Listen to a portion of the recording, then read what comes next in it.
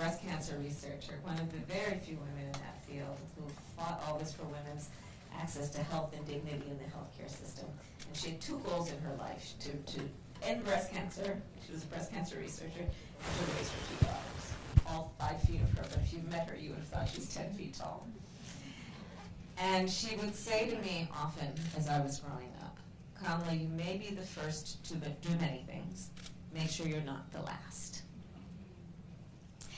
And so one of the ways that I think about a role of leadership, be in elected office or in business or in the variety of ways that one can lead, is to understand that we will all still, sadly, at this phase of the world, likely be the first or the only in a room.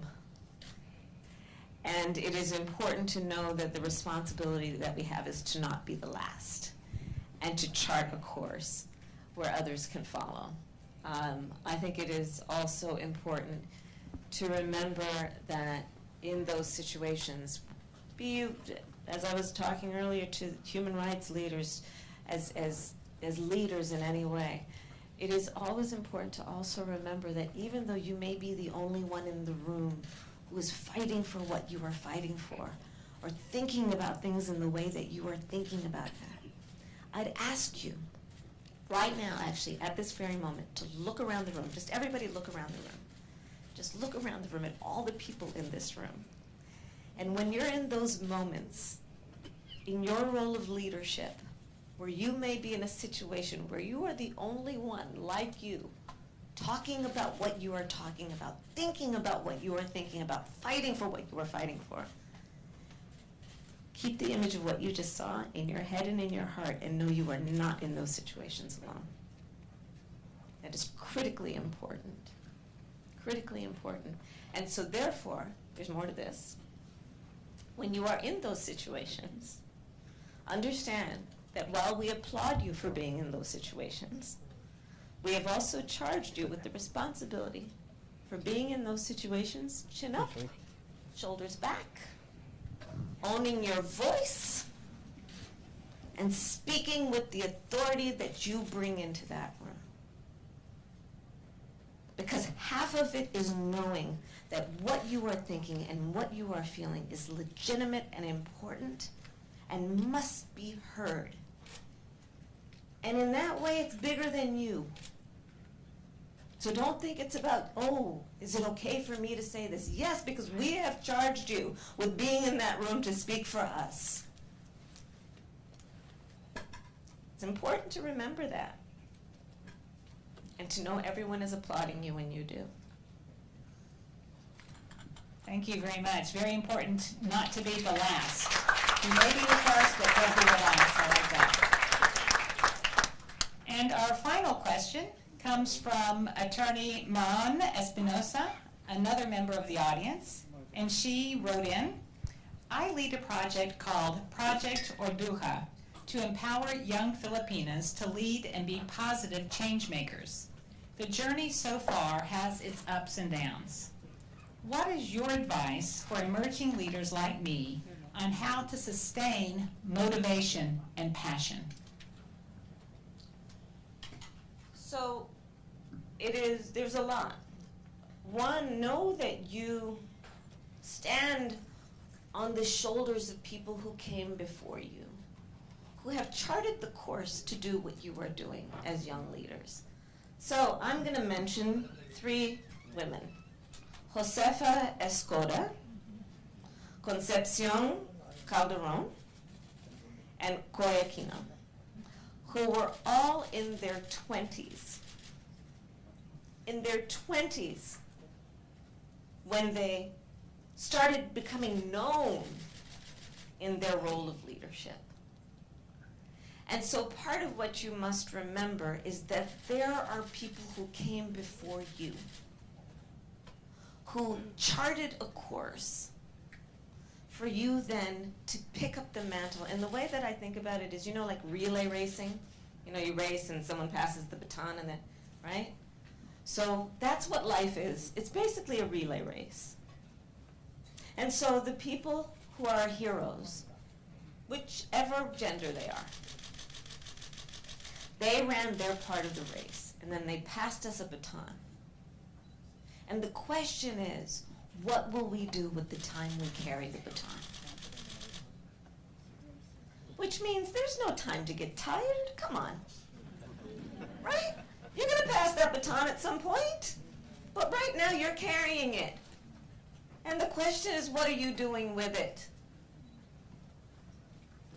You know, there's, so you all know of Martin Luther King Jr., who is Reverend Martin Luther King Jr., who was one of the great fighters for civil rights in the United States.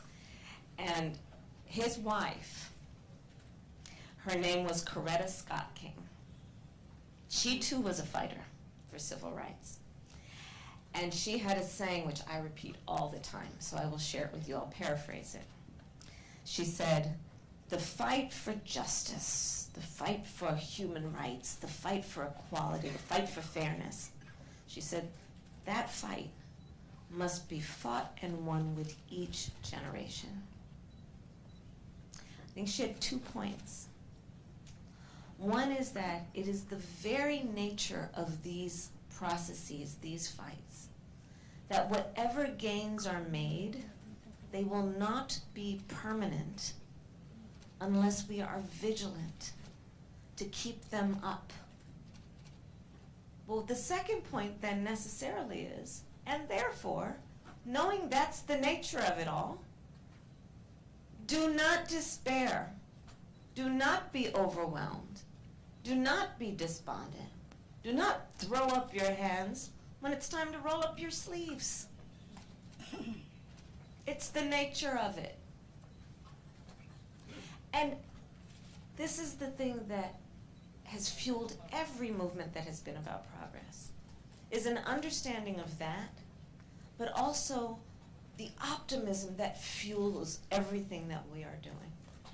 Never think of what you're doing as fighting against something.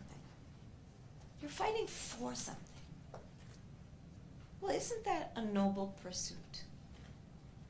To fight for something that is motivated out of a belief in principles and faith, in knowing things can be improved, things can be better. That's optimism. That's not despair. That's optimism. And in that way, then, never let anyone take your joy from you. I call myself a joyful warrior. Right?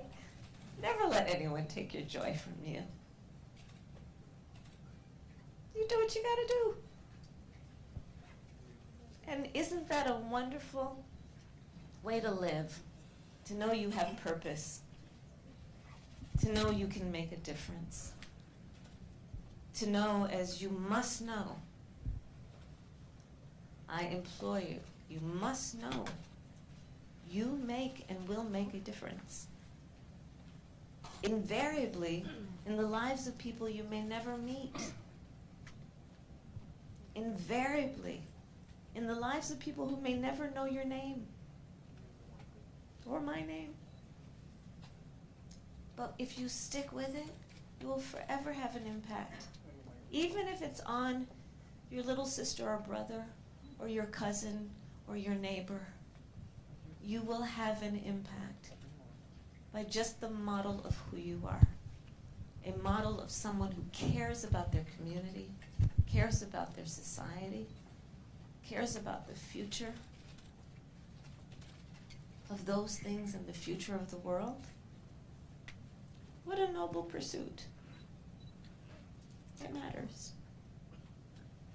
Thank you so much for those inspirational words and for encouraging us to look around and get that energy from each other. You certainly give us a lot to think about.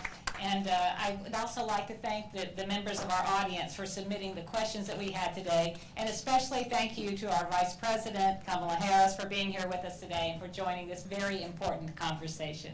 Thank you all. Thank you all. Thank you.